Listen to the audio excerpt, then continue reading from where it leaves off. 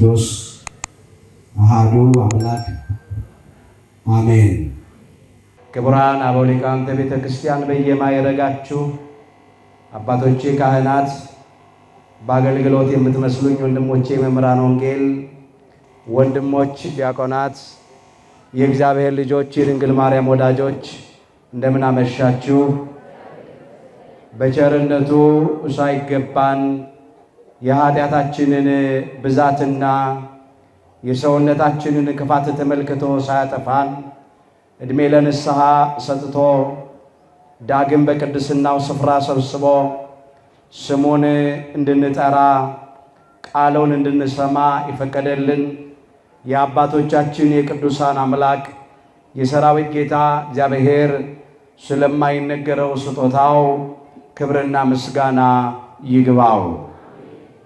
የእናታችን የእመቤታችን የቅድስተ ቅዱሳን የድንግል ማርያም የወላዲተ አምላክ ረድኤትና በረከት ለዘላለሙ በሁላችን ላይ አድሮ ይኖር። የምስጢር ባለቤት እግዚአብሔር አምላካችን ለሁላችንም ምስጢሩን ገልጦ ያስተምረን። ይእዜ ትስዕሮ ለገብርከ በሰላም፣ አሁንስ ባሪያህን በሰላም ታሰናብተዋለህ። የሉቃስ ወንጌል ምዕራፍ 2 ቁጥር 29። ለዛሬ አምላካችን እግዚአብሔር እንደረዳን መጠን የምንማርበት የትምህርታችን ርዕስ ይሆናል። ዛሬ በዚህ ርዕስ ለመማር የመረጥንበት ምክንያታችን ሁላችን እንደምናውቀው በቤተ ክርስቲያናችን ሥርዓትና ታሪክ መሠረት በየዓመቱ የካቲት 8 ቀን የአምላካችን የጌታችን የመድኃኒታችን የኢየሱስ ክርስቶስን በተወለደ በ40ኛ ቀኑ ወደ ቤተ መቅደስ የመግባቱን በዓል እናከብራለን። ከዚሁ ጋር ደግሞ አረጋዊውን ካህኑ ስምዖንንም እናስባለን። ከዚህ የተነሳ በዚህ ርዕስ ለመማር መርጠናል። አምላካችን እግዚአብሔር በነገር ሁሉ ማስተዋልን ይስጠን። አሁን በሉ ባሪያህን በሰላም ታሰናብተዋለህ። የሉቃስ ወንጌል ምዕራፍ 2 ቁጥር 29 ርዕሳችን። በዚህ ርዕስ ውስጥ በመጀመሪያ ሙሉ ታሪኩን አንድ ጊዜ እንመለከታለን። ከዚያም በኋላ ከታሪኩ ልንማር የሚገባው ምን እንደሆነ አንስተን ትምህርታችንን እንጠቀልለዋለን። አሁን ባሪያህን በሰላም ታሰናብተዋለህ። ይህንን ቃል በዚህ ስፍራ የተናገረው አረጋዊው ካህኑ ስምዖን ነው። ይህንንም የተናገረው ለአምላካችን ለእግዚአብሔር ነው። አበው ነገር ከስሩ ውሃ ከጥሩ ይላሉና ለትምህርታችን የሆነን ዘንድ ጥቂት ነገር ወደ ኋላ መለስ ብለን እንመለከታለን። ሙሉ ታሪኩ በሉቃስ ወንጌል ምዕራፍ 2 ከቁጥር 22 እስከ 36 ተመዝግቧል። እንዲህ ይላል። እንደ ሙሴ ሕግ የመንጻታቸው ወራት በተፈጸመ ጊዜ ይላል። እንደ ማን ሕግ? እንደ ሙሴ ሕግ። አሁን እዚህ ላይ እንደ ሙሴ ሕግ ያለው ሙሴ የራሱ ሕግ ኖሮት አይደለም። ሕጉን አምላካችን እግዚአብሔር የሰጠው በሊቀ ነቢያት በሙሴ በኩል ለሕዝበ እግዚአብሔር ለእስራኤል ዘሥጋ ስለነበረ እንደ ሙሴ ሕግ ብሎ ሊቀ ነቢያት ሙሴን አነሳ። የመንጻታቸው ወራት በተፈጸመ ጊዜ ይላል። ይህ የመንጻት ወራት የተባለ ለሊቀ ነቢያት ለሙሴ የተሰጠ ሕግ ምንድን ነው ስንል ወደ ኦሪት ዘሌዋውያን ምዕራፍ 12 ቁጥር 1 ጀምሮ ተመልሰን እንመለከታለን። ባጭሩ እየጠቆምኳችሁ ነው ማልፈው። በዚህ ስፍራ ላይ አምላካችን እግዚአብሔር እስራኤል ዘሥጋን በሊቀ ነቢያት በሙሴ በኩል እንዲህ ብሎ አዘዘ። ለእስራኤል ልጆች እንዲህ ብለህ ንገራቸው አለ። ሴት ብታረግዝ ወንድ ልጅ ብትወልድ 7 ቀን ያህል የረከሰች ናት አለ።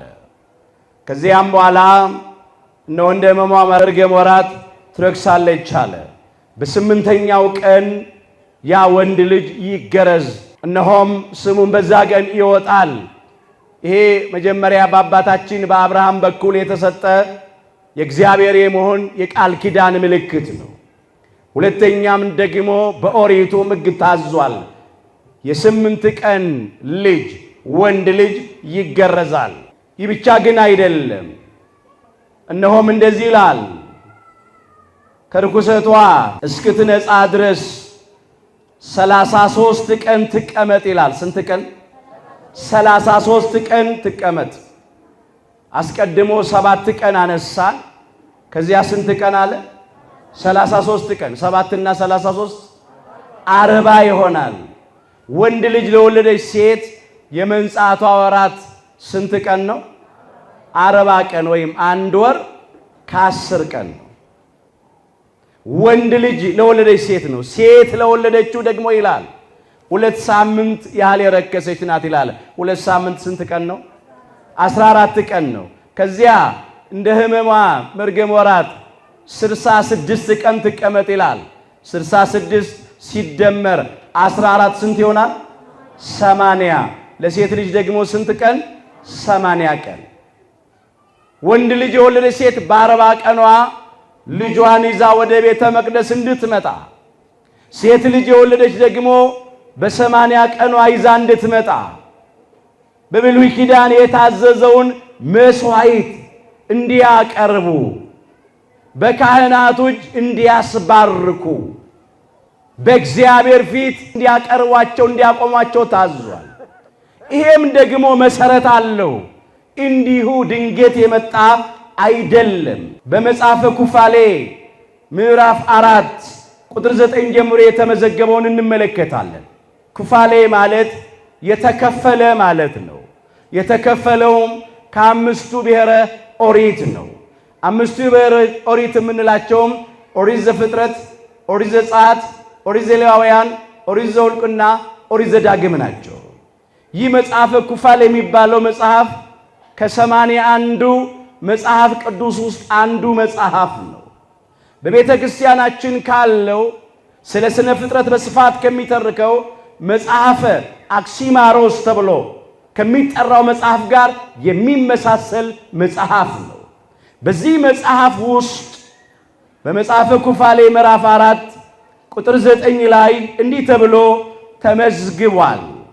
አባታችን አዳም በተፈጠረበት ምድር 40 ቀን ከቆየ በኋላ ወደ ገነት አስገባ ነው ይላሉ ቅዱሳን መላእክት። በስንት ቀኑ? በ40 ቀኑ። ደግሞ ሔዋንን ሚስቱን ደግሞ በ80 ቀኗ አስገባናት ይላል። በስንት ቀኗ?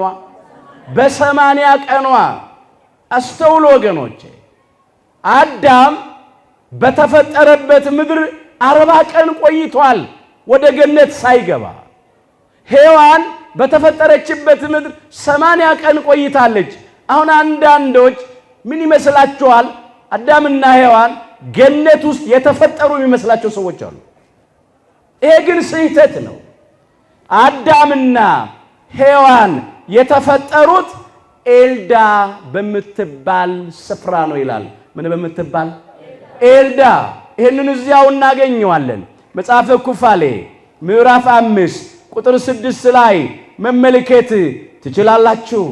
አዳም ከኤዶም ገነት ከወጣ በኋላ በተፈጠረበት ኤልዳ በምትባል ኤልዳ በምትባል አገር ኖረ ይላል ከሔዋን ጋር። አዳምና ሔዋን ከገነት ከወጡ በኋላ ከተባረሩ በኋላ መኖር የጀመሩት በተፈጠሩባት ኤልዳ በምትባል ምድር ነው። ስለዚህ አዳም በኤልዳ ተፈጥሮ 40 ቀን ቆይቶ ወደ ገነት ገባ። ሔዋን በኤልዳ ተፈጥራ 80 ቀን ቆይታ ወደ ገነት ገባች። ስለዚህ ቤተ መቅደስ በብሉይ ኪዳን፣ በአዲስ ኪዳን ቤተ ክርስቲያን የገነት አምሳል ናት። የሰማይ ደጅ ትባላለች። አዳምና ሔዋን አዳም በ40 ቀኑ ሔዋን በ80 ቀኗ ወደ ገነት እንደገቡ እንዲሁ ወንዶች ደግሞ በ40 ቀናቸው ወደ ገነት አምሳል ወደ ቤተ መቅደስ ወይም ወደ ቅዱስ ቤተ ክርስቲያን እንዲገቡ ሥርዓት ተሰራ። ሔዋን በ80 ቀኗ እንደገባች ሴቶች በተወለዱ በ80 ቀናቸው በወላጆቻቸው እቅፍ ወደ ቤተ መቅደስ ወደ ቤተ ክርስቲያን እንዲመጡ ሥርዓት ተሰራ። ከዚህ ነው አምላካችን ጌታችን መድኃኒታችን ኢየሱስ ክርስቶስ ይሄንን ሕግ ለመፈጸም የ40 ቀን ሕፃን በነበረ ጊዜ በእመቤታችን እቅፍ ወደ ቤተ መቅደስ ተወሰደ።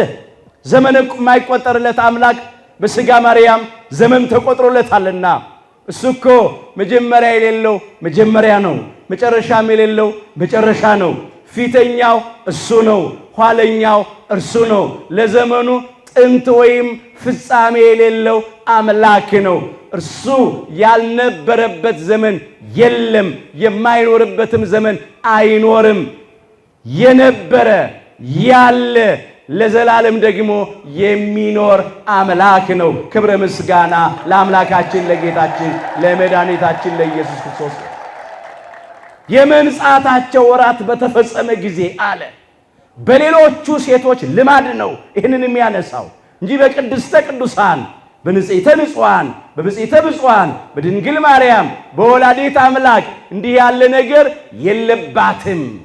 ወዳጄ ሆይ ሁለንተናሽ ውብ ነው፣ ነውርም የለብሽም ተብሎ ተነግሮላታል።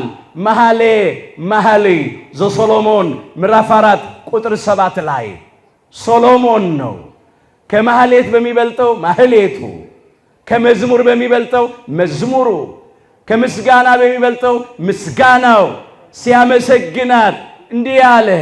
ቅድስተ ቅዱሳን ድንግል ማርያም ወላዲተ አምላክን ነው ወዳጄ ሆይ አላት። ሁለንተናሽ ውብ ነው አለ። በሥጋ በነፍስ በውጪ በውስጥ በሥራ በቃል በሐሳብ ሁለንተናሽ ውብ ነው፣ ነውርም የለብሽም አላት። መርገመ ሥጋ መርገመ ነፍስ የሌለባት በረከተ ሥጋ በረከተ ነፍስን እያማለለች የምታሰጠን ናት። እንከን አይወጣላትም፣ ነቀፋም አይገኝባትም። ክብር ይግባት ቅድስተ ቅዱሳን ድንግል ማርያም ወላዲተ አምላክ። በሌሎቹ ሴቶች ልማድ ግን የመንጻታቸው ወራት በተፈጸመ ጊዜ አለ እንጂ ቅድስተ ቅዱሳን ድንግል ማርያም ንጽሕተ ንጹሐን ነች። እንደ ሙሴ ሕግ አለ።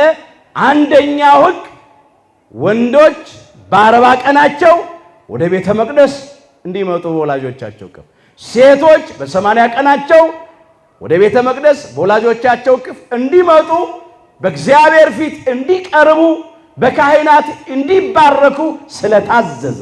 ሁለተኛ ሌላ ሕግ ደግሟል። እንቀጥል፣ እዚያው እንመለስ። የሉቃስ ወንጌል ምዕራፍ 2 ቁጥር 22 ላይ በጌታ ሕግ ይላል። በምን ሕግ? በጌታ ሕግ። ሁለቱም ሕግ የማን ነው? የእግዚአብሔር ሕግ እኮ ነው። የሕግ ባለቤት፣ የሕግ ምንጭ፣ የሕግ ሰጭ እሱ እኮ ነው። አስቀድሞ ሕገ ልቡናን ለአባታችን ለአዳምና ለእኛ ለልጆቹ የሰጠ እሱ ነው። ሁለተኛ ሕገ ኦሪትን በአባታችን በሊቀ ነቢያት በሙሴ በኩል ለእስራኤል ዘሥጋ የሰጠ የሰራ እሱ ነው።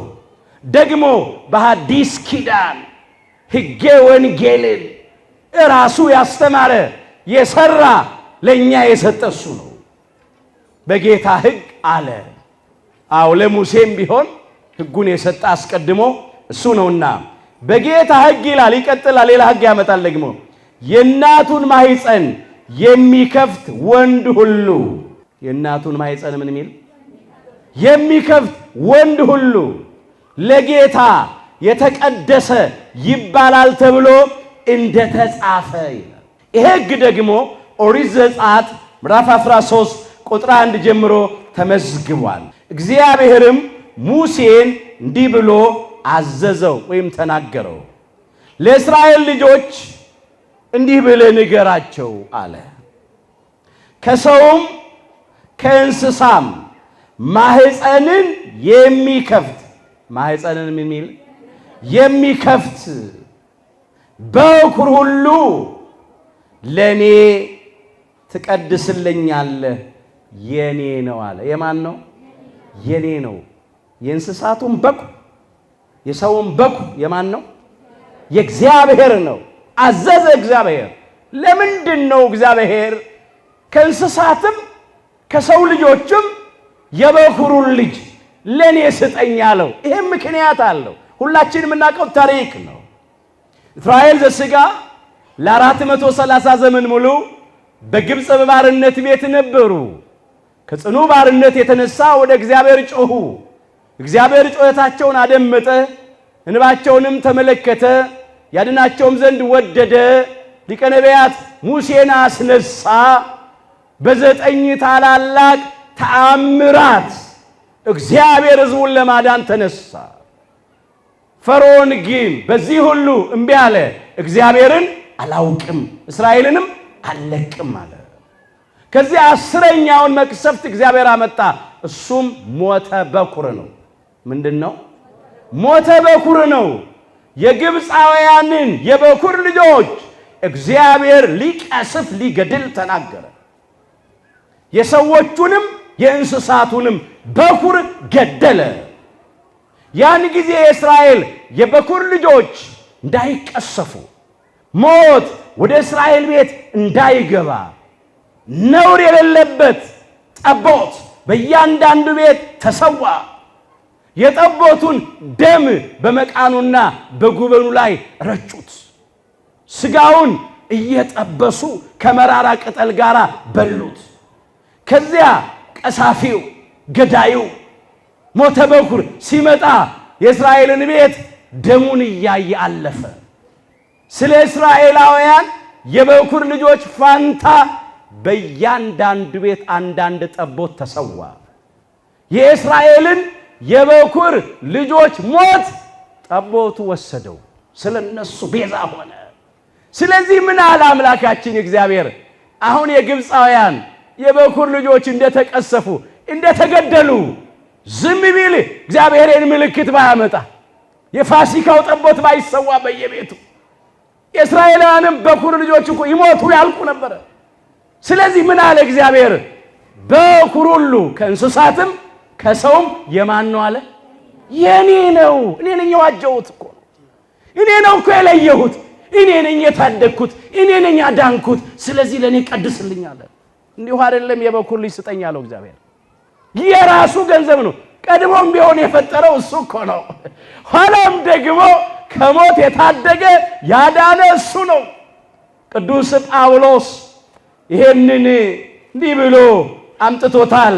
ለዕብራውያን ምእመናን በጻፈው መልእክቱ ምዕራፍ 11 ቁጥር 28 ላይ መመልከት ትችላላችሁ። አጥፊው በሉ የበኩሮችን ልጆች እንዳይነካ ፋሲካንና ደም መርጨትን በእምነት አደረገ። አባታችን ሊቀ ነቢያት ሙሴን ነው የእስራኤላውያንን የበኩር ልጆች አጥፊው፣ ቀሳፊው፣ ገዳዩ እንዳይነካቸው እንዳይገድላቸው ፋሲካንና ደም መርጨትን በምን አደረገ? በእምነት አደረገ። ስለዚህ የበኩሮችን ልጆች እግዚአብሔር ለኔ ቀድስልኝ አለ። በዚህ መሰረት አምላካችን ጌታችን መድኃኒታችን ኢየሱስ ክርስቶስ ደግሞ የበኩር ልጅ ነው። ለቅድስተ ቅዱሳን ለድንግል ማርያም የበኩር ልጇ ነው። ለባህሪ አባቱ ለእግዚአብሔር አብም የበኩር ልጁ ነው። ዓለም ሳይፈጠር ዘመን ሳይቆጠር ከዘላለም ያለ እናት ከአባት ብቻ እግዚአብሔር አብ እግዚአብሔር ወልድን ወልዶታል። እግዚአብሔር ወልድ ለእግዚአብሔር አብ ተቀዳሚ ተከታይ የሌለው አንድያ ልጁ ነው። የባህሪ ልጁ ነው። የበኩር ልጁ ነው። እንዲሁ ደግሞ በድህረ ዓለም በኋለኛው ዓለም ከ5500 ዘመን በኋላ ቅድስተ ቅዱሳን ድንግል ማርያም ደግሞ ያለ አባት በድንግልና ጸንሳ በድንግልና ወልደዋለች። ለቅድስተ ቅዱሳን ለድንግል ማርያምም ተቀዳሚ ተከታይ የሌለው አንድያ ልጇ ነው። የበኩር ልጇ ነው። በሥጋ ወልዳ የሰጠችን ክብር ይግባት ቅድስተ ቅዱሳን ድንግል ማርያም ወላዲተ አምላክ። ስለዚህ እንደ ሕጉ ከእንስሳትም ከሰውም የበኩር ልጅ ለኔ ቀድስልኝ ለይልኝ የኔ ነው ብሏልና ይህንንም ሕግ ሊፈጽም በእናቱ እቅፍ በ40 ቀኑ የበኩር ልጅ እንደመሆኑ ወደ ቤተ መቅደስ ተወሰደ። ለምን እንዲህ ብሏላ? እኔ ሕግንና ነቢያትን ልፈጽም እንጂ ልሽር አልመጣሁም ብሏል በማቴዎስ ወንጌል ምዕራፍ 5 ቁጥር 17። ከሕግ በታች ነው የተመላለሰው። ሕግ አክብሮ ነው የተመላለሰው። ለዚህ ነው እመቤታችን ልጇ ወዳጇ መድኃኔዓለም ኢየሱስ ክርስቶስን አቅፋ ወደ ቤተ መቅደስ ይዘው የመጣችው። እንመለስ እዚያው የሉቃስ ወንጌል ምዕራፍ 2 ቁጥር 22 ጀምሮ ያነሳ ነው። የእናቱን ማኅፀን የሚከፍት ወንድ ሁሉ ለጌታ የተቀደሰ ይባላል ተብሎ እንደተጻፈ በጌታ ፊት ሊያቆሙት በጌታ ሕግ በማፊት ሊያቆሙት የሚገርም እኮ ነው። በጌታ ፊት ሊያቆሙት ራሱ ጌታችንን የጌቶች ጌታ ነው። የኃያላን ኃያል ነው። የአማልክት አምላክ ነው። የነገሥታት ንጉሥ ነው። እግዚአብሔር ወልድ ኢየሱስ ክርስቶስ ከባህሪ አባቱ ከእግዚአብሔር አብ ከባህሪ ሕይወቱ ከእግዚአብሔር መንፈስ ቅዱስ ጋር የተካከለ አንድ አምላክ ነው። የሚገርማችሁ ግን ጌታችንን በጌታ ፊት ሊያቆሙት እግዚአብሔር ወልድን ራሱን በራሱ ቤተ መቅደስ ሊያቆሙት እንደ ሕጉ ይዘውት ሄዱ ይላል። የታዘዘውን ምንም ጌታ ነኝ የጌቶች ጌታ ነኝ የባህሪ አምላክ ነኝና እኔ አይመለከተኝም ያላለም አዟላ ሕግ ሰጥቷላ። እንደ በኩር ልጅነቱ ተወሰደ፣ እንደ 40 ቀን ልጅነቱ ተወሰደ። ሁለቱን ሕጎች ነው እዚህ ጋር የፈጸመው። ሕግ ፈጽሞም ሲል እኮ ነው እናቱ ወላዲተ አምላክ እንዲሁም አሳዳጊ አባቱ አረጋዊ ቅዱስ ዮሴፍ ይዘውት ሄዱ። እንደ አቅማቸው 2 ዋልያ ወይም 2 የርግብ ጫጩት እንደተባለ መስዋዕት ሊያቀርቡ ወደ ኢየሩሳሌም ወሰዱት ይላል። እንደታዘዘው ማለት ነው። እነሆም በኢየሩሳሌም ስምዖን የሚባል አንድ ሰው ነበረ። ይህም ሰው የእስራኤልን መጽናናት ይጠባበቅ ነበረ። ጻድቅና ትጉህም ነበረ ይላል። አረጋዊውን ካህኑን ስምዖንን ነው። ጻድቅ እውነተኛ ሰው፣ ደግ ሰው፣ የዋህ ሰው፣ ትጉህ ታታሪ ሰው ነበረ። የእስራኤልንም መጽናናት ይጠባበቅ ተስፋ ያደርግ ነበረ ይላል። መንፈስ ቅዱስም በእርሱ ላይ ነበረ። የመንፈስ ቅዱስ ጸጋ ያደረበት ሰው ነበረ። በጌታም የተቀባውን ሳያይ ሞትን እንዳያይ በመንፈስ ቅዱስ ተደርቶ ነበረ ይላል። በጌታ የተቀባውን ሳያይ ሞትን እንዳያይ በመንፈስ ቅዱስ ተረድቶ ነበር። ምን ማለት ነው? እንደዚህ ነው ነገሩ። በጌታ የተቀባውን ብሎ ያነሳው እዚህ ላይ መሲሁን ነው። በጥንቱ አረማይክ ወይም በዕብራይስጡ መሲህ ይለዋል። በጽር ወይም በግሪኩ ክርስቶስ ይለዋል። በግዕዙ ቅቡ ይለዋል። የነገስታትን ንጉሥ አምላካችን ጌታችን መድኃኒታችን ኢየሱስ ክርስቶስን ነው በጌታ የተቀባውን ያለው። ሊቀ ካህናት አምላካችን ኢየሱስ ክርስቶስን ነው። አዎ እሱ ሊቀ ካህናታችን ነው። ሁሉ በእርሱ ሁሉ ከእርሱ ሁሉ ለእርሱ የሆነለት። ጥቂት ነገር እናንሳይን ግልጥ ለማድረግ ቅዱስ ጳውሎስ ለዕብራውያን ምእመናን በጻፈው መልእክቱ ዕብራውያን ምዕራፍ 4 ላይ ከቁጥር 14 ጀምሮ እንግዲህ በሰማያት ያለፈ ትልቅ ሊቀ ካህናት ትልቅ ምን ሊቀ ካህናት የእግዚአብሔር ልጅ ኢየሱስ ክርስቶስ ስላለን ይላል። የእግዚአብሔር ልጅ ማን ስላለን? ኢየሱስ ክርስቶስ ስላለን አስረግጦ ነው የሚናገረው። ሊቀ ካህናታችን ነው። በብሉይ ኪዳን ሊቀ ካህናቱ መስዋዕት ያቀርባል። ስለ ራሱም ነው ስለ ሕዝቡም ኃጢአት ነው መስዋዕት የሚያቀርበው መስዋዕት ደግሞ የእንስሳት መስዋዕት ነው። አምላካችን ጌታችን መድኃኒታችን ኢየሱስ ክርስቶስ ግን ኃጢአት ለባህሪው ስለማይስማማው እንከን ስለማይወጣለት ነውር ነቀፋ ስለማይገኝበት ንጹሐ ባህሪ ጻድቀ ባህሪ ስለሆነ ስለ ራሱ የሚያቀርበው መስዋዕት የለውም። እሱ ያቀረበው መስዋዕት ስለ በደለኞቹ ስለ ኃጢአተኞቹ ስለኛ ነው ለኃጢአት ስርየት እንጂ ስለ ራሱ አላቀረበም አያቀርብም። መስዋዕት አቅራቢ እርሱ ነው። መስዋዕት ሆኖ የቀረበው እርሱ ራሱ ነው። በቀራንዮ መስቀል ላይ በዕለተ ዓርብ ስጋውን ቆርሶ ደሙን አፍስሶ ደግሞ መስዋዕቱን የሚቀበል እርሱ ነው። ሶስቱንም ሆነ እንግዲህ መስዋዕት በሚቀርብበት ጊዜ ለኃጢአት ስርየት ሶስት ነገሮች አሉ። በመጀመሪያ መስዋዕቱን የሚያቀርባል አቅራቢ ሊቀ ካህናት። ሁለተኛ መስዋዕት ሆኖ ደግሞ የሚቀርባል የሚሰዋ ነገር አለ። ሶስተኛ መስዋዕቱን ተቀባይ የሚቀበል አለ። አምላካችን ጌታችን መድኃኒታችን ኢየሱስ ክርስቶስ ግን ሶስቱንም ሆነ።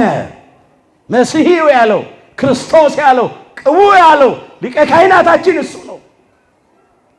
ሮሜ ምዕራፍ 11 ቁጥር 36 ላይ እንመልከት። ሁሉ በሉ ከእርሱና በእርሱ ለእርሱም ነውና ለእርሱ ለዘላለም ክብር ምስጋና ይሁን።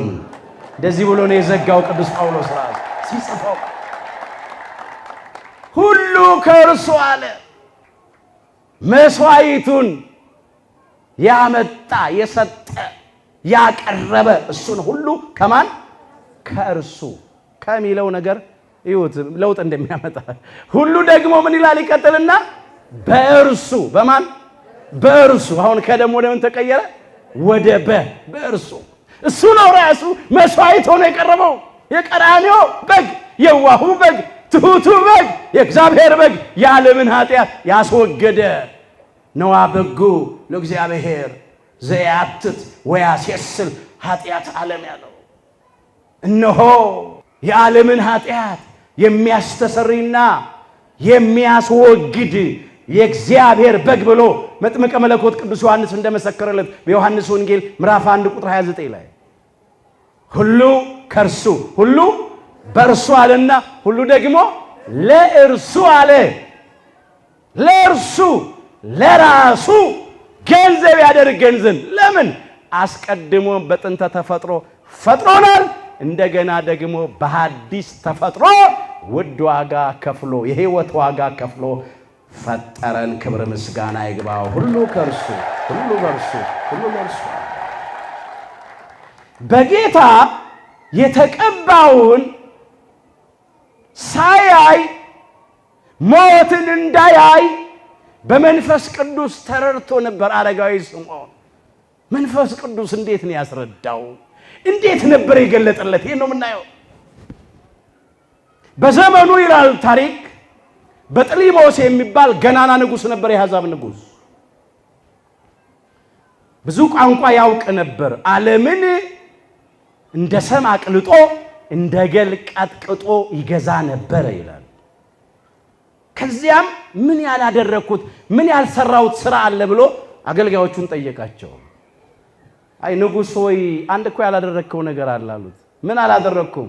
46ቱን የብሉይ ኪዳን ቅዱሳት መጻሕፍት እኮ በዕብራይስጥ ወይም በጥንት አረማይኩ ነው ተጽፈው ያሉት፣ አላስተረጎምካቸውም አሉት። ነው እንዴ ያለ? በሉ እንግዲህ መጻሕፍቱንም ጸሐፊዎቹንም አምጡልኝ አለ። 72 ሊቃናት ጸሐፍት መጡ ይላል። ሁለቱ መንገድ ላይ ሞተዋል ይላል ታሪኩ። ከዚያ 70ውን ካመጣ በኋላ ሁለት አደረጋቸው፣ 35 ይሆናሉ። አንዳንድ ብላቴኖች ሰጣቸው፣ ሚላላኩላቸው የሚታዘዟቸው ማለት ነው። ከዛ መጻሕፍቱን አደለ፣ 46ቱን መጻሕፍት ሲታደሉ ትንቢተ ኢሳይያስ ለአረጋዊ ለካህኑ ለስምዖን ደረሰው ይላል።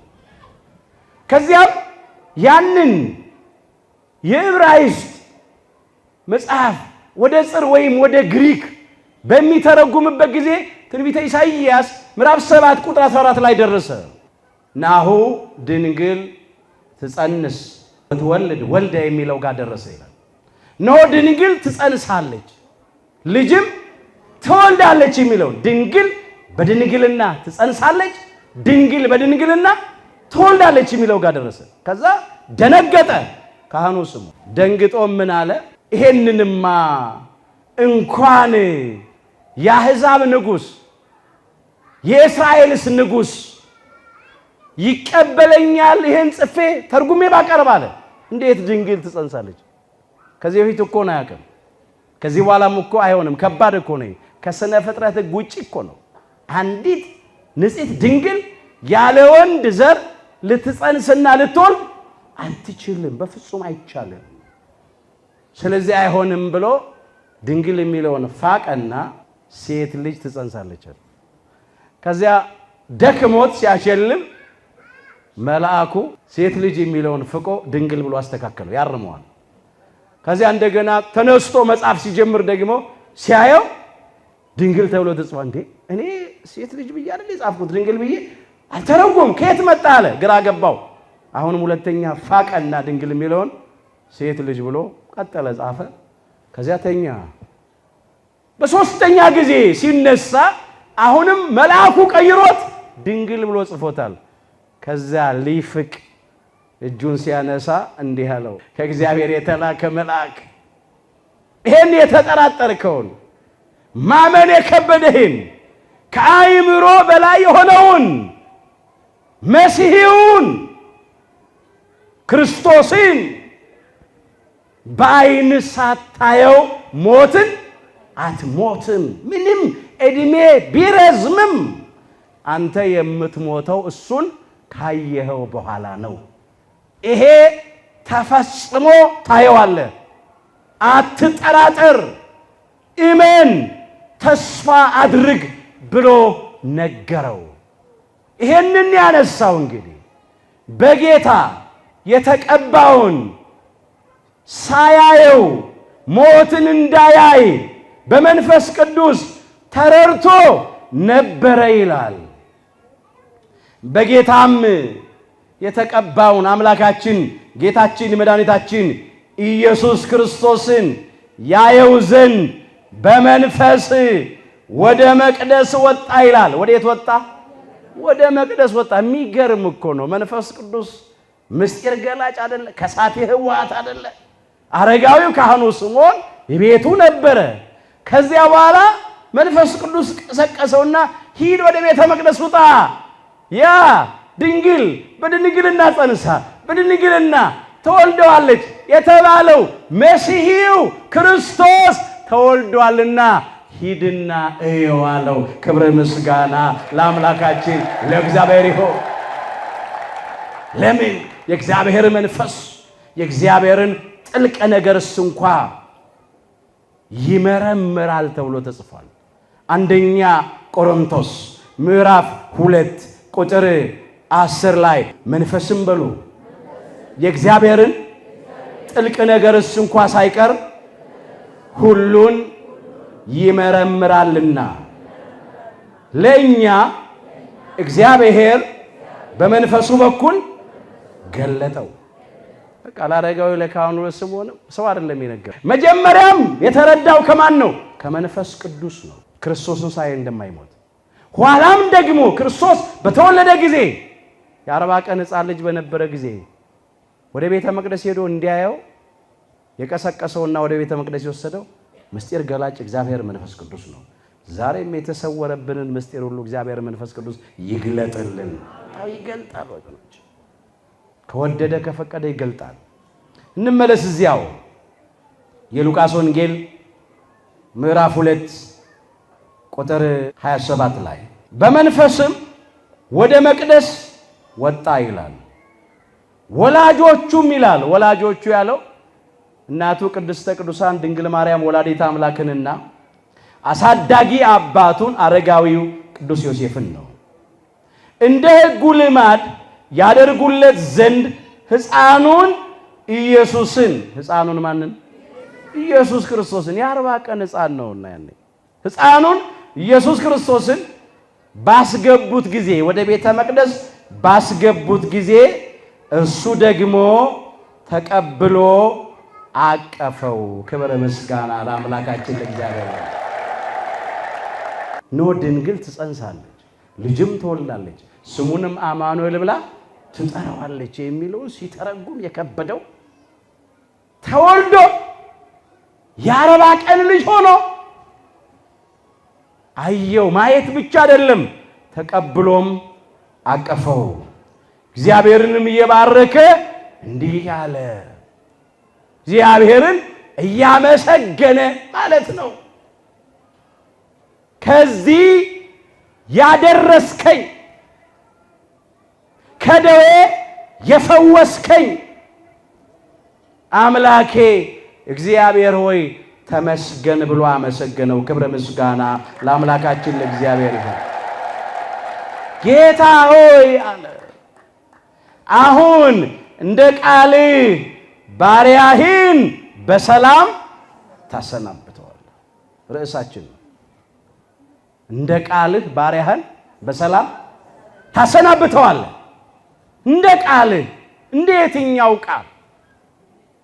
አስቀድሞ እንደተናገረው ቃል ምን አለው? መሲሑን ክርስቶስን ሳታይ ሞትን አታይም ብለኸኝ ነበር። አሁን እንደ ቃልህ ባሪያህን በሰላም ታሰናብተዋለህ። ከዚህ በኋላ ሌላ ነገር ማየት አልፈልግም። አንተን ባየሁበት ዓይኖቼ ሌላ ነገር ማየት አልፈልግም፣ ይቅርብኝ። አንድም በቆሙ አረጋዊ ነው፣ ሽማግሌ ነው። እድሜ በገፋ ቁጥር ድካም ነው። ዓይኖች ይፈዛሉ፣ ወገብ ይያዛል፣ ጉልበት ይደክማል፣ አቅም ይጠፋል። አግቡኝ አውጡኝ ነው፣ አስቀምጡኝ አስፉኝ ነው። ችግር እኮ ነው እድሜ ከገፋ። ስለዚህ ይበቃኛል አለ። ሌላው ግን በቃ አንተን ባዩ ዓይኖቼ ሌላ ነገር ማየት አልፈልግም፣ በሰላም አሳርፈኝ፣ ውሰደኝ። ለምን? በሰዎች ሁሉ ፊት ያዘጋጀኸውን ማዳንህን ዓይኖቼ አይተዋልና። መድኃኔ ዓለም ኢየሱስ ክርስቶስን ዓይኖቼ አይተዋል። ያን ጊዜ ገና አምላካችን ጌታችን መድኃኒታችን ኢየሱስ ክርስቶስ የ40 ቀን ሕፃን ልጅ ነው። በእጁ ተአምራት እኮ ሕሙማነ ሥጋን መፈወስ አልጀመረም። በቃሉ ትምህርት ሕሙማነ ነፍስን መፈወስ አልጀመረም። በፍጹም ገና የ40 ቀን ሕፃን ልጅ ነው። እንግዲህ በአደባባይ በምኩራብ በቤተ መቅደስ ማስተማር የጀመረው 30 ዓመት ሲሞላው ነው። ኢየሱስ ክርስቶስም ሊያስተምር ሲጀምር እድሜው 30 ዓመት ያህል ሆኖት ነበረ ይላል የሉቃስ ወንጌል ምዕራፍ 3 ቁጥር 23 ላይ። በአደባባይ ያስተማረው ከ30 ዓመቱ በኋላ ነው። ተአምራት ያደረገው በአደባባይ ከ30 ዓመቱ በኋላ ነው። ግን ምን ማለቱ ነው?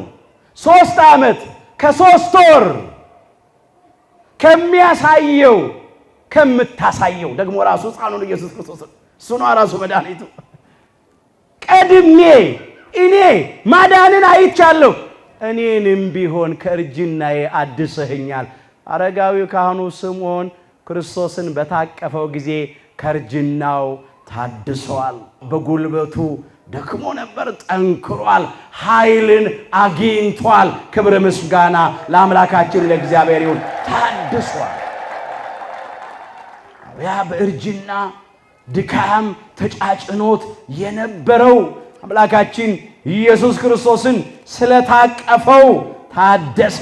እንዲህ ተብሎ ተነግሯል። ትንቢተ ኢሳይያስ ምዕራፍ 40 ቁጥር 29 ላይ ለደካማ በሉ ኃይልን ይሰጣል፣ ጉልበት ለሌለውም ብርታትን ይጨምራል። ግሩም እኮ ነው። ለደካማ ኃይል ይሰጣል። አረጋዊ ለካህኑ ለስምዖን ኃይል ሰጠው፣ ብርታት ሰጠው። ብላቴኖች ይደክማሉ ይላል፣ ይታክቱማል፣ ጎበዛዝቱም ፈጽሞ ይወድቃሉ። እግዚአብሔርን በመተማመን የሚጠባበቁ ግን ኃይላቸውን ያድሳሉ፣ እንደ ንስር በክንፍ ይወጣሉ፣ ይሮጣሉ፣ አይታክቱም፣ ይሄዳሉ፣ አይደክሙም ይላል። እግዚአብሔርን የተጠባበቀው አረጋዊው ካህኑ ስምዖን ኃይሉ ታደሰ፣ በረታ፣ ጠነከረ። ለምን? መድኃኒቱን አይቷል። መድኃኒቱን በእጆቹ ታቅፏል። ይሄም ተነግሮ ነበረ። ነቢዩ ኢሳይያስ በትንቢተ ኢሳይያስ ምዕራፍ 52 ቁጥር 10 ጀምሮ እግዚአብሔር በሉ የተቀደሰውን ክንዱን በአሕዛብ ሁሉ ፊት ገልጧል፣ በምድር ለሚኖሩት ሁሉ የአምላካችንን መድኃኒት ያያሉ። በምድር የሚኖሩት ሁሉ የአምላካችንን ምን ያያሉ? መድኃኒት ያያሉ። ምን አለ? ዓይኖቼ ማዳንህን አይተዋል። አዎ ዓይኖቼ ማዳንን አይተዋል፣ መድኃኒትን አይተዋል። መድህን ዓለም ኢየሱስ ክርስቶስን የአረጋዊ የካህኑ የስምዖን ዓይኖች አይተዋል። ምንድን ነበር ያለው ሊቀ መላእክት ቅዱስ ገብርኤል? ጌታችን ከመቤታችን በቤተልሔም በተወለደ ጊዜ አትፍሩ አለ። በቤተልሔም አካባቢ መንጋቸውን ሲጠብቁ ላደሩ እረኞች እነሆ ለሕዝብ ሁሉ የሚሆን ታላቅ ደስታ የምስራች እነግራችኋለሁና ዛሬ በዳዊት ከተማ በቁመ ዳዊት ከተማ በቤተልሔም ምድሪቱን ነው። በዳዊት ከተማ በዳዊት ባህሪ ከዳዊት ወገን መድኃኒት ምን አለ? መድኃኒት ከአማናዊቷ ቤተልሔም ከቅድስተ ቅዱሳን ከድንግል ማርያም መድኃኔ ዓለም ኢየሱስ ክርስቶስ ተወልዶላችኋል አለ። መድኃኒት እርሱም ጌታ ክርስቶስ የሆነ ተወልዶላችኋል አለ። ክብር ምስጋና ለአምላካችን ለጌታችን ለመድኃኒታችን ለኢየሱስ ክርስቶስ። የሉቃስ ወንጌል ምዕራፍ 2 ቁጥር 10 ጀምሮ ተመዝግቧል። እውነት የእግዚአብሔር ክንድ ተገልጧል አለ። እግዚአብሔር ወልድ ኢየሱስ ክርስቶስ የእግዚአብሔር አብ ክንዱ ይባላል፣ ቀኙ ይባላል፣ ጥበቡ ይባላል፣ ኃይሉ ይባላል።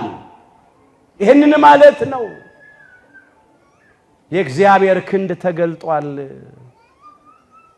ስለዚህ በምድር የሚኖሩት ሁሉ የአምላካችንን መድኃኒት ያያሉ። አረጋዊው ካህኑ ስምዖን ቀድሞ አየ። ስለዚህ ማዳንህን አይተዋል ዓይኖቼ አለ እና በሰላም ባሪያህን ምን ትለዋለህ? ታሰናብተዋለህ። በሰላም አሰናብተኝ ውሰደኛ። አረጋዊው ካህኑ ስምዖን መጻሕፍትን ከተረጎሙት አንዱ ሊቅ ነው። በጥሊሞስ ለጊዜው እንደው ስልጣኑን ለማሳየት ነው መጻሕፍትን ያስተረጎመው። ይሄ ግን ጥበበ እግዚአብሔር ነው።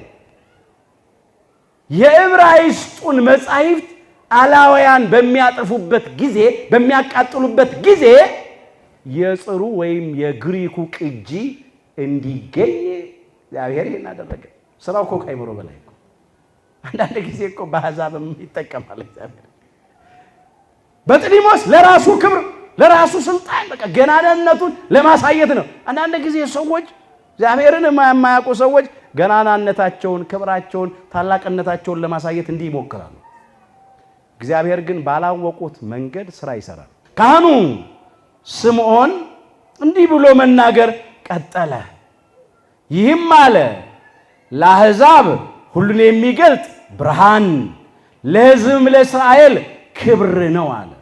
ብርሃንነቱን የእውቀት ብርሃን እንደሆነ ተናገረ። እውነት ነው። በጨለማ ኃጢአት ለነበርነው እሱ የጽድቅ ብርሃን ነው። በጨለማ ሞት ለተዋጥነው እሱ የሕይወት ብርሃን ነው። በጨለማ መቃብር ተይዘን ለነበርነው እሱ የትንሣኤ ብርሃን ነው። በጨለማ በሲኦል በሞት ጥላ አገር በባርነት ለነበርነው እሱ የነጻነት ብርሃን ነው። በጨለማው ገዢ በክፋት በኃጢአት በሐሰት አባት በዲያብሎስ አገዛዝ ስር ለነበርነው እውነተኛ ብርሃን ነው። ከብርሃን የተገኘ ብርሃን ነው። አንቀጸ ብርሃን ተብላ ከምትጠራ የብርሃን በር ከምትባለው ከአማናዊቷ ምስራቅ ከቅድስተ ቅዱሳን ከድንግል ማርያም ተወልዶ የተገለጠ ለዓለም ሁሉ ያበራ ብርሃን ነው። ጠፈር ደፈር የማይከለክለው ብርሃን ለዘወትር የሚያበራ ለዘላለም የሚያበራ ጨለማ ያላሸነፈውና የማያሸንፈው የማይጠፋ ብርሃን ነው። ክብረ ምስጋና ለአምላካችን ለጌታችን ለመድኃኒታችን ለኢየሱስ ክርስቶስ። ትንቢቱ እንዲገለጥ ተስፋው እንዲደርስ ለአሕዛብ ብርሃን ነው፣ የእውቀት ብርሃን ነው። ለሕዝብም ለእስራኤል ደግሞ ክብር ነው።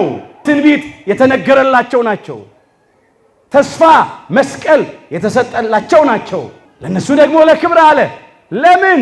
የተነገረው ትንቢት እንዲፈጸም የተቆጠረው ሱባኤ ደርሶ አምላካችን ጌታችን መድኃኒታችን ኢየሱስ ክርስቶስ ከቅድስተ ቅዱሳን ከድንግል ማርያም ተወልዶ ተገልጧልና ለእስራኤላውያን ሃይማኖትን በጥምቀት ልጅነትን ይሰጣቸው ዘንድ ተገልጧል ብሎ ስለ ሕፃኑ ስለ ብላቴናው ስለ 40 ቀኑ ሕፃን ስለ አምላካችን ስለ ኢየሱስ ክርስቶስ ተናገረ። ዮሴፍና እናቱ ስለ እርሱ በተባለው ነገር ይደነቁ ነበር ይላል። ይህ አረጋዊ ይህ ሽማግሌ በእድሜ የገፋ ሰው እንዴት ነው እንደዚህ አሳክቶ አጥርቶ የሚናገረው የሚያመሰግነው ብለው ተደንቀው ይመለከቱ ነበር ይላል። ስምዖንም ባረካቸው። ምን አላቸው? ባረካቸው። አረጋዊ ካህኑ ስምዖን አረጋዊ ቅዱስ ዮሴፍን ባረከ። ቅድስተ ቅዱሳን ድንግል ማርያምን ባረከ። የሚገርም ነው። የበረከትን አምላክ ካህናት ሕዝቡን የሚባርኩበትን ስልጣን የሰጠውን አምላካችን ኢየሱስ ክርስቶስን ባረከው። በ40 ቀኑ ተባርኮ ተባረኩ ለማለት ነው። አምላካችን ኢየሱስ ክርስቶስ ለአርአያነት ጭምር እሱ እንኳን የ40 ቀን ሕፃን ልጅ በነበረ ጊዜ ተባርኳል። ከዚያም እንዲህ ብሎ ትንቢት ደግሞ ተናገረ። ለቅድስተ ቅዱሳን ለድንግል ማርያም እናቱን ማርያምንም እነሆ የብዙዎች ልብ ሐሳብ ይገለጥ ዘንድ ይህ በእስራኤል ላሉት ለብዙዎች ለመውደቃቸውና ለመነሳታቸው ለሚቃወሙትም ምልክት ተሾሟል አለ። በሱ ያመኑ የባህሪ አምላክነቱን የተቀበሉ ይነሳሉ፣ ይድናሉ፣ ይጠቀማሉ ማለት ነው። በሱ ለማያምኑ የባህሪ አምላክነቱን የባህሪ መድኃኒትነቱን ለማይቀበሉ ለሚጠራጠሩ ለሚክዱ ደግሞ የመውደቃቸው የመሰናከላቸው የመጥፋታቸው ምልክት ነው አለ። በሱ አምነው የባህሪ አምላክነቱን ተቀብለው የዳኑ የቆሙ የተጠቀሙ አሉ።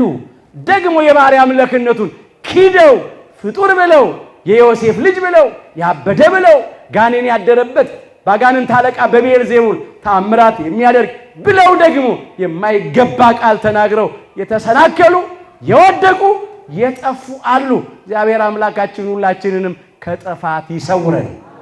ለመውደቃቸውና ለመነሳታቸው ተሾሟል። ምልክት ነው። ከትንቢተ ኢሳይያስ ምዕራፍ 8 ቁጥር 14 ጀምሮ የተመዘገበውን ማየት ትችላላችሁ። ይህን የሚመስል ቃል አለ።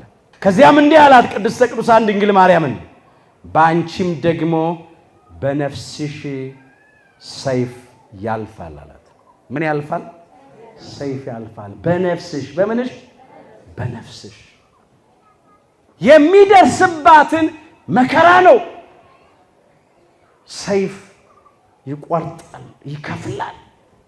ልብሽን የሚያሳዝን የሚከፍል ሰይፍ ያልፋል አላት። ብዙ መከራ አሳልፋለች። 3 ዓመት ከ6 ወር በሄሮድስ ምክንያት ልጇ ወዳጇ መድኃኔዓለም ኢየሱስ ክርስቶስን ይዛ ወደ ግብፅ ተሰዳለች። ብዙ መከራ ስቃይ ነው ያየችው። ያ ነው ሰይፍ በነፍሷ ያልፈው። ከባድ ነው ወገኖቼ። ሌላው ደግሞ የ12 ዓመት ብላቴና በነበረ ጊዜ ለበዓል ለፋሲካው በዓል ወደ ኢየሩሳሌም ወጥተው ሲመለሱ አተውት መንገድ ላይ ፈልገውት አዝናለች፣ ተጨንቃለች። አምላካችን ኢየሱስ ክርስቶስ በዚህ ምድር ላይ እየተመላለሰ እማነ ሥጋን በእጁ ታምራት እማነ ነፍስን በቃሉ ትምህርት ሲፈውስ ክፉዎች ዕለት ዕለት እየተፈታተኑት ክፉ ሊያደርጉበት ሲፈልጉ እያየች እየሰማች እጅግ አዝናለች። በጸሎተ ሐሙስ ምሽት ታልፎ በተሰጠ ጊዜ ክፉዎች አስረው ባስጨነቁት ጊዜ መከራ ሲያሳዩት እጅግ አዝናለች። በዕለተ ዓርብ ሥጋው አልቆ አጥንቱ በረዶ እስኪመስል ድረስ ደሙ እየነጠበ በገረፉት ጊዜ 13ቱን ሕማማተ መስቀል በሚቀበልበት ጊዜ እያየች እናት ናት። የወለደ አንጀት አይችልም። ያለምንም በደልና ኃጢአት በከንቱ ያን ስላደረጉበት እንኳን ለእናት ቀርቶ ጤነኛ አእምሮ ላለው ሰው ሁሉ እሱ መከራ ሲቀበል ማየት በጣም ከባድ ነው። ከን እኮ አይወጣለትም፣ ነቀፋ እኮ አይገኝበትም። የሰላም አምላክ፣ የሰላም አባት፣ የሰላም አለቃ፣ የሰላም ንጉሥ ሰላማዊ ኢየሱስ ክርስቶስ በእጁ ተአምራት ሕሙማነ ሥጋን የፈወሰ ዕውር ያበራ፣ ጎባጣ ያቀና፣ ለምጽ ያነጻ፣ ሽባ የረታ፣ ድዊ የፈወሰ፣ ጥቂቱን አበርክቶ የመገበ፣ ሙት ያስነሳ፣ በቃሉ ትምህርት የተጨነቁትን ያረጋጋ፣ ያዘኑትን ያጽናና፣ ለታወኩ ጸጥታና ሰላም የሰጠ፣ ተስፋ ለቆረጡት የቆረጡትን ተስፋቸውን የቀጠለ፣ ለአልቃሾች እንባቸውን ከዓይኖቻቸው ላይ ያበሰ፣ ሐዘናቸውን ለደስታ የቀየረ፣ መሾም መሸለም መከበር መወደስ መመስገን ሲገባው ጠሉት፣ ተመቀኙት። ታዲያ እንዴት አትዘን? እንዴት አታልቅስ? እንዴት በነፍሷ ላይ ሰይፍ አይለፍ? ለኃጢአተኞች የኃጢአታቸውን ስርየት እኮ ሰጥቷል። ኃጢአትሽ ተሰረየችልሽ፣ በሰላም ወደ ቤትሽ ሂጂ፣ ከዚህ ባሰ እንዳያገኝሽ ወደፊት ኃጢአት አትስሪ። ኃጢአት ተሰረየችልህ፣ በሰላም ወደ ቤት ሂድ፣ ከዚህ ባሰ እንዳያገኝህ ወደፊት አትበድል እያለ ግን እንደ ክፉ አድራጊ ሰቅለው ገደሉት። ያን ስታይ አዘነች። ወደ አዲስ መቃብር ባወረዱት ጊዜ አዘነች። ተስፋ የመቁረጥ አይደለም፣ እሷማ የምስጢር መዝገብ ናት። ሞት እንደማያሸንፈው ታውቃለች። መቃብርም ይዞ እንደማያስቀረው ታውቃለች። እሱ ሕይወት ነው፣ እሱ ትንሣኤ ነው ታውቃለች። ወማርያምሰ ተአቅብ ዘንተ ኩሎ ነገረ ይላል። ማርያምስ ይህንን ሁሉ ታስብ ታስተውል ትጠብቅ ነበረ። ወትወደዮ ውስተ ልባ በልቧም ውስጥ ታኖረው ነበረ ይላል። የሉቃስ ወንጌል ምዕራፍ 2 ቁጥር 19 ጀምሮ ማየት ትችላላችሁ። ቅድስተ ቅዱሳን ድንግል ማርያም ወላዲተ አምላክ ሁሉን ነገር በልቧ ተጠብቀው ታስተውለው ነበረ። የተስፋ መቁረጥ ሐዘን አይደለም ያዘነችው ወይም የተጨነቀችው ያመከራ የተቀበለችው ልጇ ወዳጇ ስለሆነ ያውም አንድያ ልጅ ሁለተኛም የለም መጽናኛም የለም። ከዚህ የተነሳ ነው ታሪኩ ይሄ ነው። አሁን ባሪያህን በሰላም ታሰናብተዋለህ። የሉቃስ ወንጌል ምዕራፍ 2 ቁጥር 29። ከዚህ ታሪክ ምን እንማራለን? ታሪክ ተርከን ብቻ ላለመተው ዋና ዋና ነገሮችን አነሳለሁ። በጣም ብዙ ያናገራል ግን ጊዜ የለንም። በመጀመሪያ ከዚህ ታሪክ የምንማረው እግዚአብሔር የሰጠንን ሕግ መጠበቅ፣ እንደ ሕጉ መመላለስ። ራሱ አምላካችን ጌታችን መድኃኒታችን ኢየሱስ ክርስቶስ ሕግ ጠብቆ ሕግ ጠብቁ ነው ያለው። ታዞ ለሕግ እንድንታዘዝ አስተምሮናል። ከኔ በሉ ተማሩ። ከኔ ምን በሉ ተማሩ። ማቴዎስ 11 ቁጥር 29። አንዱ ከሱ የምንማረው ነገር በቅዱሳት መጻሕፍት የተጻፈውን ሕግ ምን ማለት መፈጸም። ይሄው ፈጸመ እሱ። ሕግ መፈጸም የተጻፈው ለኛ ነው።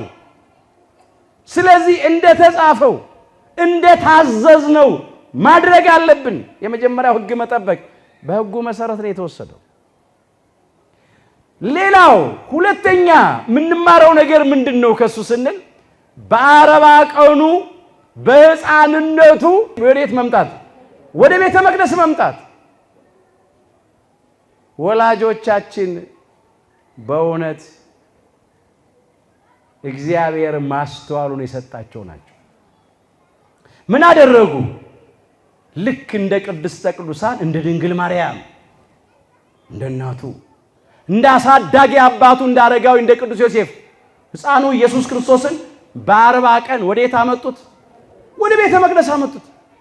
የኛም ወላጆች ወንዶች ልጆቻቸውን በ40 ቀናችን አመጡ። ሴቶች ልጆቻቸውን በ80 ቀን ወደ እግዚአብሔር ቤት አመጡ። ወደ እግዚአብሔር እቅፍ አስገቡን። ትዝ ይላችኋል እመቤታችን ልጇን ታቅፋ በመጣች ጊዜ አረጋዊው ካህኑ ስምዖን ኢየሱስ ክርስቶስን ተቀብሎ ምን አለው? አቀፈው። ከዚያም ባረከው። ካህናት ከወላጆቻችን እቅፍ ተቀብለው አቀፉን። ካህናት ባረኩን። ክብር ምስጋና ለአምላካችን ለእግዚአብሔር ይሁን። ስለ እግዚአብሔር እየጠሩ ባረኩ። እንዲሁ በልማድ አይደለም፣ በሚገባ በቤተ ክርስቲያን የሚደረገው ከቅዱሳት መጻሕፍት ነው። ለምን በ40 ቀናችሁ ወደ ቤተ መቅደስ ወደ ቤተ ክርስቲያን ገባችሁ ቢሏችሁ፣ እንዴ እኛ የምናመልከው ኢየሱስ ክርስቶስ በእናቱ በእመቤታችን እቅፍ በ40 ቀኑ ወደ ቤተ መቅደስ ሲገባ አይተነዋል። በካህኑ በስምዖን እጅ ሲባረክ አይተናል፣ አንብበናል። ይሄው በሉ መጽሐፉን፣ ወንጌል ነው፣ አትፈሩ። ክብረ ምስጋና ለእግዚአብሔር ይሁን። ሮሜ ምዕራፍ 1 ቁጥር 16 ላይ በወንጌል አላፍርም ይላል። በወንጌል አትፈሩ። ካህናት እንዲባርኩን ወደ ቤተ መቅደስ እንድንወሰድ ያዘዘው አምላካችን እግዚአብሔር ነው። እንዲህ ተብሎ ተጽፏል። ለጊዜው ለካህኑ ለአሮንና በብሉይ ኪዳን ለነበሩ ለሌዋውያን ካህናት የተሰጠ፣ ፍጻሜው ለአዲስ ኪዳን ካህናትም የተሰጠ ኦሪት ዘኍልቍ ምዕራፍ 6 ከቁጥር 22 ጀምሮ እግዚአብሔርም ሙሴን እንዲህ ብሎ ተናገረው። ለአሮንና ለልጆቹ ንገራቸው። የመጀመሪያው ካህን በሕገ ኦሪት የተሾመው ካህኑ ማን ነው? አሮን ነው። ለዚህ ነው በሕገ ልቡና የመጀመሪያው ካህን መልከ ጼዴቅ ነው። ለዚህ ነው እዚህ ጋር አሮንን ያነሳው። ለአሮንና ልጆቹ ንገራቸው፣ ለካህናት ማለት ነው። የእስራኤል ልጆች ስትባርኳቸው፣ ምን ስትሏቸው? ስትባርኳቸው። ካህናት እኛን እንዲባርኩ ስልጣን የሰጠ ማን ነው? እግዚአብሔር ነው። የእስራኤል ልጆች ስትባርኳቸው፣ ለጊዜው ለእስራኤል ዘሥጋ ፍጻሜው እስራኤል ዘነፍስ ስለምንባል ለአዲስ ኪዳን እስራኤሎች፣ ለእኛም ለክርስቲያኖች እግዚአብሔር ይባርክ ይጠብቅህም። እግዚአብሔር ፊቱን ያብራልህ ይራራልህም። እግዚአብሔር ፊቱን ወደ አንተ ያንሳ ሰላምንም ይስጥህ። እንዲህ ያላችሁ ባርኳቸው። ስንት ጊዜ? 3 ጊዜ።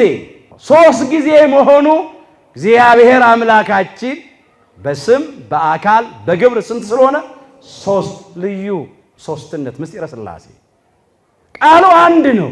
እግዚአብሔር እግዚአብሔር እግዚአብሔር አልተለወጠም። ቃሉ አለመለወጡ አንድ መሆኑ እግዚአብሔር በመለኮት በስልጣን በባህሪ በአገዛዝ በህልውና በመንግስት ይሄን ሁሉ በመሳሰለው ስንት ነው? አንድ ነው። አንድነትም ሶስትነትም እዚህ ጋር አለ። ይሄን ያጠይቃል። ስትባርኳቸው እንዲህ በሏቸው፣ እንዲሁ ስሜን አለ ምኔን? ስሜን በእስራኤል ልጆች ላይ ያደርጋሉ፣ እኔም እባርካቸዋለሁ። ክብር ምስጋና ለአምላካችን ለእግዚአብሔር ይሁን። ካህናቱ የእግዚአብሔርን ስም በማን ላይ ያደርጋሉ?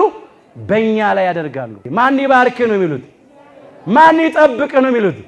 ማን ይራራልህ? ማን ሰላምን ይስጥ? እግዚአብሔር እኮ ነው ያሉት። እኔ እኮ አላሉም። በስማቸው እኮ አልባረኩንም። ካህኑ ተነስቶ በስሙ አይባርከንም። በማን ስም ነው የሚባርከው? በእግዚአብሔር ስም ነው የሚባርከው። በካህናቱ ላይ አድሮ ደግሞ የሚባርከን ማን ነው? እግዚአብሔር ተናገራ። ሐሰት ለባህሪው ማይስማሙ አምላክ፣ በቃሉ የታመነ አምላክ ምን አለ? እኔ ምን እላቸዋለሁ? እባርካቸዋለሁ።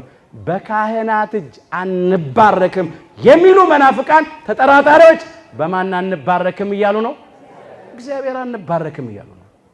በስሙ አንባረክም እያሉ ነው።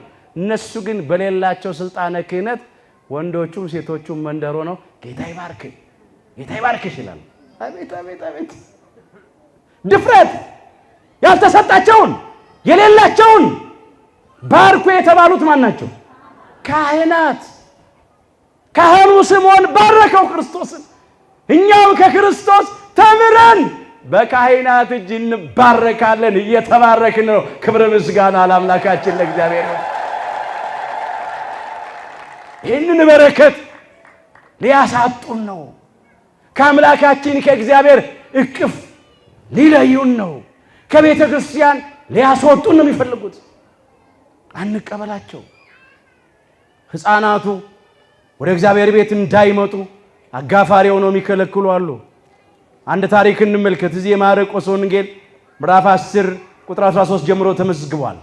አምላካችን ኢየሱስ ክርስቶስ በዚህ ምድር እየተመላለሰ በሚያስተምርበት ጊዜ ወላጆች ልጆቻቸውን ይዘው ወደ ክርስቶስ መጡ ይላል። እንዲዳስሳቸውም ሕፃናትን ወደ እርሱ አመጡ። ደቀ መዛሙርቱም ያመጧቸውን ገሰጿቸው ይላል። ከለከሉ። ወላጆችም ተቆጡ። ለምንድን ነው እናንተ ምንም የማያውቁ እነኛ አንድ ፍሬ ሕፃናትን ይዛችሁ የምትመጡት? ጉባኤ ለማወክ ነው ለመረበሽ ነው ብለው ከለከሉ። አምላካችን ኢየሱስ ክርስቶስ ግን አይቶ ተቆጣና ይላል። ምን አለ?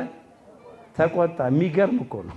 የሕፃናት ወደ እርሱ መምጣት ያስደስተዋል። የሕፃናት ግን ከሱ እንዲለዩ መደረግ ያስቆጣዋል። ተቆጣና ማንን ነው የሚገስጸው? ደቀ መዛሙርቱን ገሰጻቸው። ሕፃናት ወደ እኔ ይመጡ ዘንድ ተው አለ፣ አትከልክሏቸው አለ። ይምጡ፣ አትከልክሏቸው አለ። ማን ነው አጋፋሪ ሆኖ የሚከለክል? የፈቀደልን ያዘዘው ራሱ ባለቤቱ አምላካችን ጌታችን መድኃኒታችን ኢየሱስ ክርስቶስን ተው፣ አትከልክሏቸው። የእግዚአብሔር መንግሥት እንደዚህ ላሉት ናትና አለ ይላል። ከዚያም አቀፋቸው፣ እጁንም ጭኖ ባረካቸው ይላል። ክብረ ምስጋና ለአምላካችን ለጌታችን ለመድኃኒታችን ለኢየሱስ ክርስቶስ። ይምጡ ሕፃናት ይባረኩ፣ ልጅነትን ያገኙ፣ ጸጋውን ይልበሱ። ይዛችኋቸው ኑ፣ ብቻችሁን አትምጡ። ክርስቶስ ከወላጆቻችሁ ጋር በልጅነታችሁ ወደ ቤተ መቅደስ ወደ ቤተ ክርስቲያን ኑ ሲል እሱ በእናቱ እቅፍ መጥቷል። በካህናት ተባረኩ ሲል በካህኑ በስምዖን እጅ ተባርኳል። ይሄንን ነው ማድረግ የሚገባው። አምላካችን እግዚአብሔር ከጸጋው ግምጃ ቤት ከበረከት ቤት የሰማይ ደጅ ከተባለች ከቅድስት ቤተ ክርስቲያን ሁላችንን አይለየን። ያውም በክብር በምትበልጠው ቤተ መቅደስ ቤተ ክርስቲያን ያለ ነው። የብሉይ ኪዳኑ ቤተ መቅደስ የሚነገርበት ኦሪት ነበረ። ኃጢአትን ቆጥሮ ሞትን የሚያመጣ ራሱ መስዋዕቱ ደግሞ ስም ማጤስ ደም ማፍሰስ ነበረ። የሞት አገልግሎት የተዘጋውን ገነት ያላስከፈተ ነፍሳትን ከሲኦል ከባርነት ቤት ነፃ ያላወጣ አዳምና ልጆቹን ከዲያብሎስና ከሰራዊቶች ያላዳነ ፍጹም ድህነት ፍጹም የኃጢአት ስርየት ያላሰጠ ነው። አሁን በሐዲስ ኪዳን ቤተ መቅደስ በቤተ ክርስቲያን ግን የምትነገረው የምትሰበከው ደገኛይቱ ሕገ ወንጌል ናት። በእውነት ነፃ የወጣንባት ሕግ የተነጠቅነውን ልጅነት መልሰን ያገኘንባት የተገፈፍነውን ጸጋ የለበስንባት እንደ ቸርነቱ ደግሞ መንግሥተ ሰማያት የምንወርስባት ሕገ ወንጌል ትነገራለች በቤተ ክርስቲያን። መስዋዕቱ የፍሪዳ የወይፈን የጊደር የአውራ ፍየል የርግብ የጠቦት መሰላችሁ እንዴ?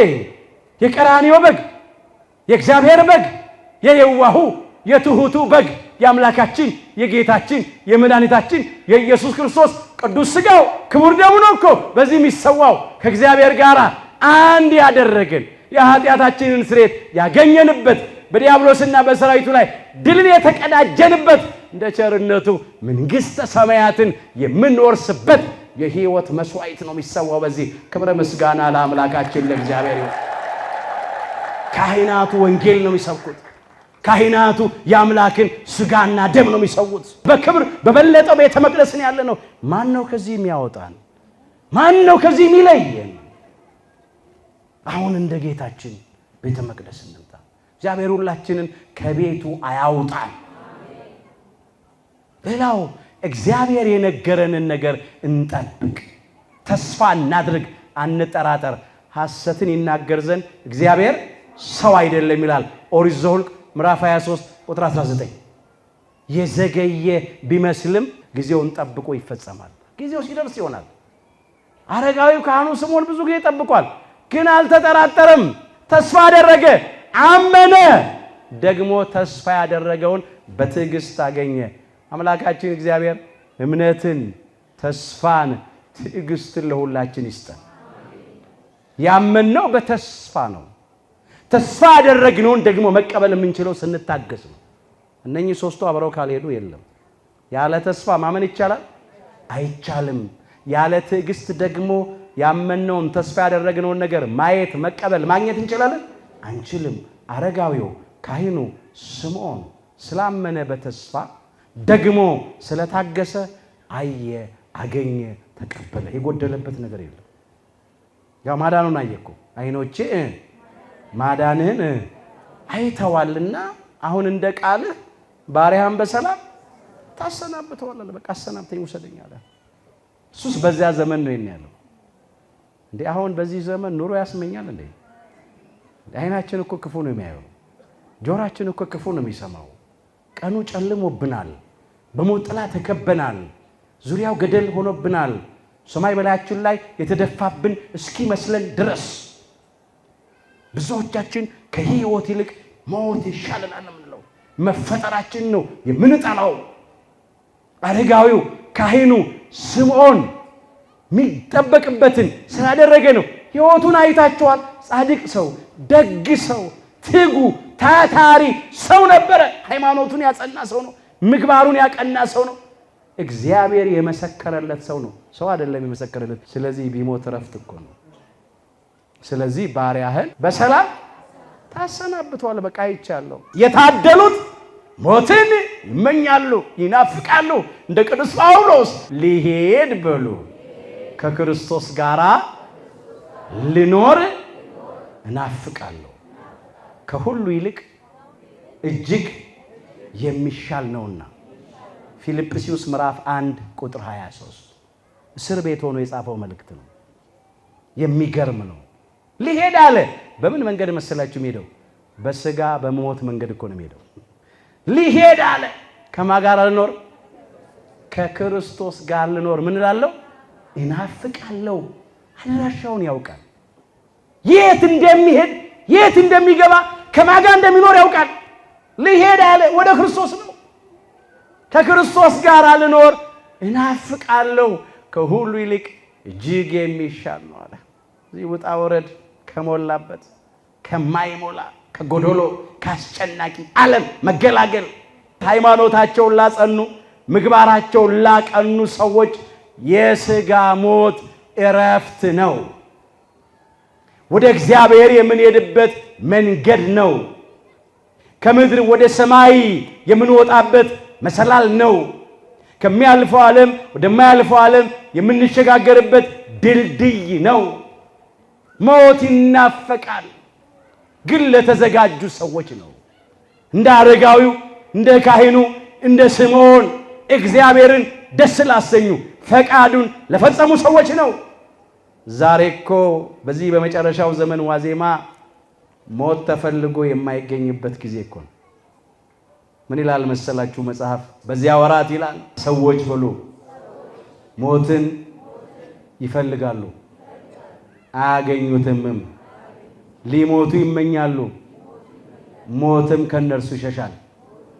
ራዕየ ዮሐንስ ምዕራፍ 9 ቁጥር 6። በዚህ ወራት አሁን ሰዎች ሞትን ይፈልጋሉ። በቃ ምን ነው ሞቼ ባረፍኩት ያላችሁበት ቀን የለም? ምን ነው ሞቼ በተገላገልኩ ያላችሁበት ቀን የለም? ሰዎች ሞትን ይፈልጋሉ አለ። ነገር ግን አያገኙትም፣ ሊሞቱም ይመኛሉ ሞትም ከነርሱ ይሸሻል። ያለ ጊዜው አይመጣም። ምን አለ ግን አረጋዊው ካህኑ ስምዖን የታደለው የታደሰው አሁን ባሪያህን በሰላም ታሰናብተዋለህ። በቃ አሰናብተኝ። ዛሬ እኮ ከሚፈጸመው ግፍ ከምናየው ከምንሰማው አሰቃቂ ድርጊት የተነሳ ከኛ በፊት የሞቱት እንዴት ተገላገሉ ያልኩ። በስንት መንገድ ነው የምንጨነቀው። በአንድ በኩል የእርስ በርስ ጦርነቱ አለ፣ በሌላ በኩል ረሃቡ ኑሮ ውድነቱ አለ፣ በሌላ በኩል በሽታ አለ፣ በሌላ በኩል በገዛ ሀገራችን ስደተኞች ሆነናል። ጨንቆናል፣ ግራ ገብቶናል። የተሻለ ቀን ስንጠብቅ እየባሰ ነው ሄደው። ስለዚህ መሞት እንፈልጋለን። ምን ምቾት አለ? ምን ደስታ አለ? ምን መኖር ያስመኛል? አረጋዊ ካህኑ ስምዖንን ከርጅና ያደሰው አምላክ የኛንም ልቡና ያድስልን። በልባችሁ መታደስ ተለወጡ እንጂ ይህንን ዓለም አትምሰሉ ይላል ሮሜ ምዕራፍ 12 ቁጥር 2 ላይ። በልባችሁ በሉ መታደስ ተለወጡ እንጂ ይህንን ዓለም አትምሰሉ። አረጋዊው ካህኑ ስምዖን ከርጅናው ታድሷል። ማንን ታቅፎ? ክርስቶስን ታቅፎ። ማንን አይቶ? ክርስቶስን አይቶ። እኛም ዛሬ አንዳንዶቻችን በኃጢአት አርጅተናል። ብዙ ዘመን በበደል ውስጥ ኖረናል። በአምልኮተ ጣዖት ያረጀን፣ በአምልኮተ እግዚአብሔር እንታደስ። በዝሙት ያረጀን ዘማውያን በንጽህና እንታደስ። በትዕቢት ያረጀን በትህትና እንታደስ። በሐሰት ያረጀን በእውነት እንታደስ። በጸብ በክርክር በጎጠኝነት በመለያየት ያረጀን በፍቅር በሰላም እንታደስ። በርኩሰት ያረጀን በቅድስና እንታደስ። እግዚአብሔር ሁላችንንም ከኃጢአት እርጅና በንስሐ እንድንታደስ ከርኩሰት እንድንቀደስ ይርዳን። አሁን እንምጣ። ዛሬም አምላካችን በመቅደሱ አለ፣ ያድሰናል፣ ይቀድሰናል። አረጋዊው ካህኑ ስምዖን ከርጅናው የታደሰው በየት ነበረ? በቤተ መቅደስ ነበር። ማን ያደሰው? ክርስቶስ። ዛሬም በመቅደሱ ከተገኘን ከኃጢአት እርጅና አምላካችን እግዚአብሔር ያድሰናል፣ ከርኩሰትም ይቀድሰናል። የታመነ አምላክ ነው። የቆረጥነውን ተስፋችንን ቀጥሎ መጥፎ ታሪካችንን ለጥሩ ይቀይርልን። አሁን ባሪያህን በሰላም ታሰናብተዋለህ። የሉቃስ ወንጌል ምዕራፍ 2 ቁጥር 29። የሁላችንን መጨረሻችንን አምላካችን እግዚአብሔር በቸርነቱ ያሳምርልን። ይቆየን።